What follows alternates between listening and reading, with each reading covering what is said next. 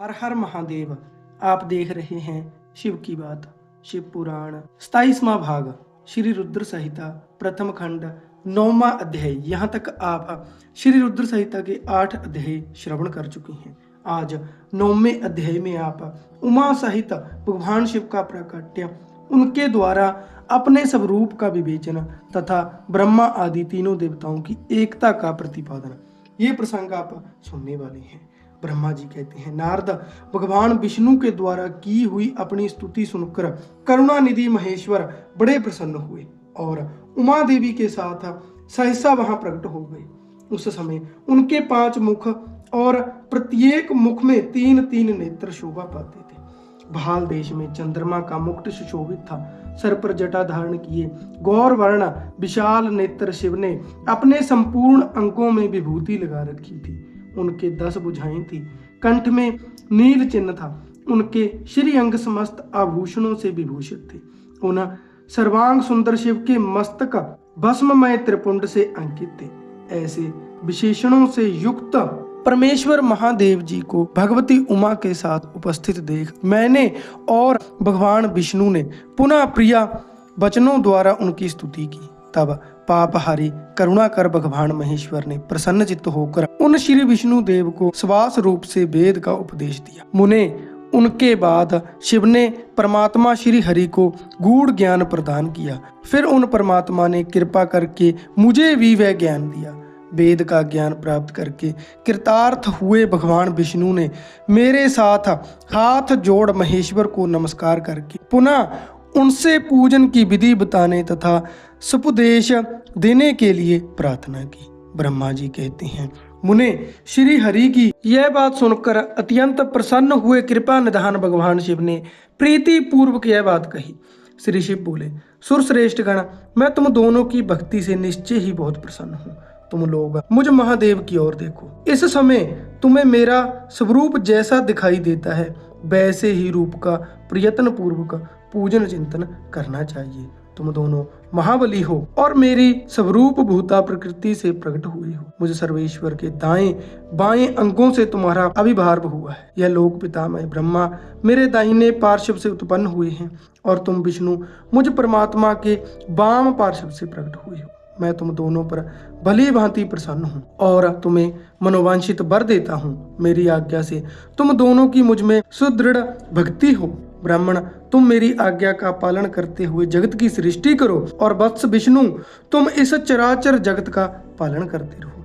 हम दोनों से ऐसा कहकर भगवान शंकर ने हमें पूजा की उत्तम विधि प्रदान की, जिसके अनुसार पूजित होने पर वह पूजक को अनेक प्रकार के फल देते हैं। शंभु की उपयुक्त बात सुनकर मेरे सहित श्री हरि ने महेश्वर को हाथ जोड़कर प्रणाम करके कहा। भगवान विष्णु बोले, प्रभु, यदि हमारे प्रति आपके हृदय में प्रीति उत्पन्न हुई है और यदि आप हमें वर देना आवश्यक समझते हैं तो हम यही वर मांगते हैं कि आप में हम दोनों की सदा अनन्य एवं अविचल भक्ति बनी रहे। ब्रह्मा जी कहते हैं, मुने श्री हरि की बात सुनकर भगवान शिव ने पुनः मस्तक झुकाकर प्रणाम करके हाथ जोड़े खड़े हुए उन नारायण देव से स्वयं कहा। श्री महेश्वर बोले, मैं सृष्टि पालन और संहार का करता हूँ, सगुण और निर्गुण हूँ तथा सच्चिदानंद स्वरूप निर्विकार परब्रह्म परमात्मा हूँ। विष्णु सृष्टि, रक्षा और प्रलय रूप गुणों अथवा कार्यों के भेद से मैं ही ब्रह्मा, विष्णु और रुद्र नाम धारण करके 3 स्वरूपों में विभक्त हुआ हूँ। हरे, वास्तव में मैं सदा निष्कल हूँ। विष्णु, तुमने और ब्रह्मा ने मेरे अवतार के निमित्त जो स्तुति की है, तुम्हारी उस प्रार्थना को मैं अवश्य ही सच्ची करूँगा, क्योंकि मैं भक्त वत्सल हूँ। ब्राह्मण, मेरा ऐसा ही परम उत्कृष्ट रूप तुम्हारे शरीर से इस लोक में प्रकट होगा, जो नाम से रुद्र कहलाएगा। मेरे अंश से प्रकट हुए रुद्र की समर्थ मुझसे कम नहीं होगी। जो मैं हूँ वही यह रुद्र है। पूजा की विधि विधान की दृष्टि से भी मुझ में और उसमें कोई अंतर नहीं है। जैसे ज्योति का जल आदि के साथ संपर्क होने पर उसमें स्पर्श दोष नहीं लगता, उसी प्रकार मुझ निर्गुण परमात्मा को भी किसी के संयोग से बंधन नहीं प्राप्त होता। यह मेरा शिव रूप है। जब रुद्र प्रकट होंगे तब वे भी शिव के ही तुल्य होंगे। महामुने, उनमें और शिव में प्रायपन का भेद नहीं करना चाहिए। वास्तव में एक ही रूप सब जगत में व्यवहार निर्वाह के लिए दो रूपों में विभक्त हो गया। अतः शिव और रुद्र में कभी भेद बुद्धि नहीं करनी चाहिए। वास्तव में सारा दृश्य ही मेरे विचार से शिव रूप है। मैं तुम ब्रह्मा तथा जो ये रुद्र प्रकट होंगे वह सबके सब एक रूप हैं। इनमें भेद नहीं है। भेद मानने पर अवश्य ही बंधन होगा। तथापि मेरा शिव रूप ही सनातन है। यही सदा सब रूपों का मूलभूत कहा गया है।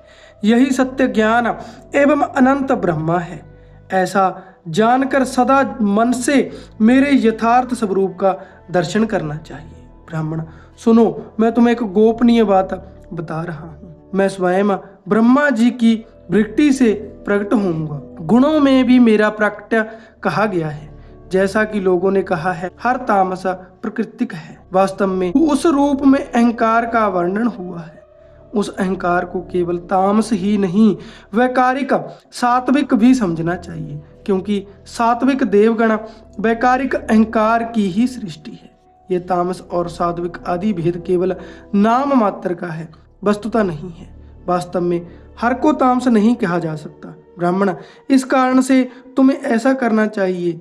तुम तो इस सृष्टि के निर्माता बनो और श्री हरि इसका पालन करें, तथा मेरे अंश से प्रकट होने वाले जो रुद्र हैं वह इसका प्रलय करने वाले होंगे। यह जो उमा नाम से विख्यात परमेश्वरी प्रकृति देवी हैं, इन्हीं की शक्ति भूता भाग देवी अर्थात सरस्वती ब्रह्मा जी का सेवन करें। फिर इन प्रकृति देवी से वहां जो दूसरी शक्ति प्रकट होगी वह लक्ष्मी रूप से भगवान विष्णु का आश्रय लेंगी। तदअंतर पुनः काली नाम से जो तीसरी शक्ति प्रकट होंगी वह निश्चय ही मेरे अंश भूत रुद्र देव को प्राप्त होंगी। वह कार्य की सिद्धि के लिए वहां ज्योति रूप से प्रकट होंगी। इस प्रकार मैंने देवी की शुभ स्वरूपा पराशक्तियों का परिचय दिया। उनका कार्य क्रमशः सृष्टि पालन और संहार का संपादन ही है। सुरश्रेष्ठ, यह सबकी सब मेरी प्रिय प्रकृति देवी की अंशभूता हैं। हरे, तुम लक्ष्मी का सहारा लेकर कार्य करो। ब्राह्मण, तुम प्रकृति की अंशभूता भाग देवी को पाकर मेरी आज्ञा के अनुसार मन से सृष्टि कार्य का संचालन करना चाहिए और मैं अपनी प्रिया की अंशभूता प्रातपर काली का आश्रय ले रुद्र रूप से प्रलय संबंधी उत्तम कार्य करूंगा। तुम सब लोग अवश्य ही संपूर्ण आश्रमों तथा उनसे भिन्न अन्य न्याय विविध कार्यों द्वारा चारों वर्णों से भरे हुए लोग की सृष्टि एवं रक्षा आदि करके सुख पाओगे। हरे, तुम ज्ञान विज्ञान से संपन्न तथा संपूर्ण लोगों के हितैषी हो अतः अब मेरी आज्ञा पाकर जगत में सब लोगों के लिए मुक्तिदाता बनो। मेरा दर्शन होने पर जो फल प्राप्त होता है वही तुम्हारा दर्शन होने पर भी होगा। मेरी यह बात सत्य है, सत्य है, इसमें संशय के लिए स्थान नहीं है। मेरे हृदय में विष्णु है और विष्णु के हृदय में मैं हूँ।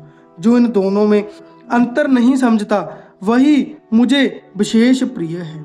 श्री हरि मेरे बाएं अंग से प्रकट हुए हैं, ब्रह्मा का दाहिने अंग से प्रकट हुआ है और महाप्रलयकारी विश्वात्मा रुद्र मेरे हृदय से प्रतुभूत होंगे। विष्णु, मैं ही सृष्टि पालन और संहार करने वाले रज आदि त्रिविध गुणों द्वारा ब्रह्मा विष्णु और रुद्र नाम से प्रसिद्ध हो तीन रूपों में पृथक पृथक प्रकट होता हूँ। साक्षात शिव गुणों से भिन्न हैं, वे प्रकृति और पुरुष से भी परे हैं।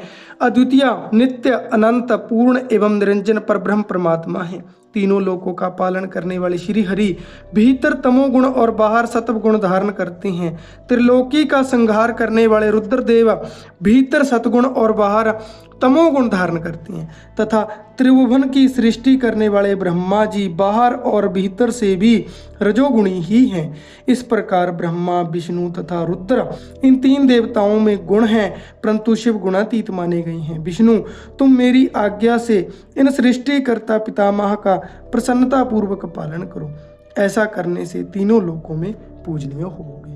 हर हर महादेव। आज का अध्याय यहीं पर समाप्त होता है।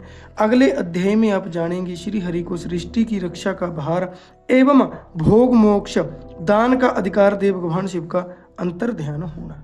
बहुत ही रोचक चर्चा है जो शिव पुराण की चल रही है। कृपया चैनल को सब्सक्राइब करें और वीडियो को ज़्यादा से ज़्यादा शेयर करें। हर हर महादेव।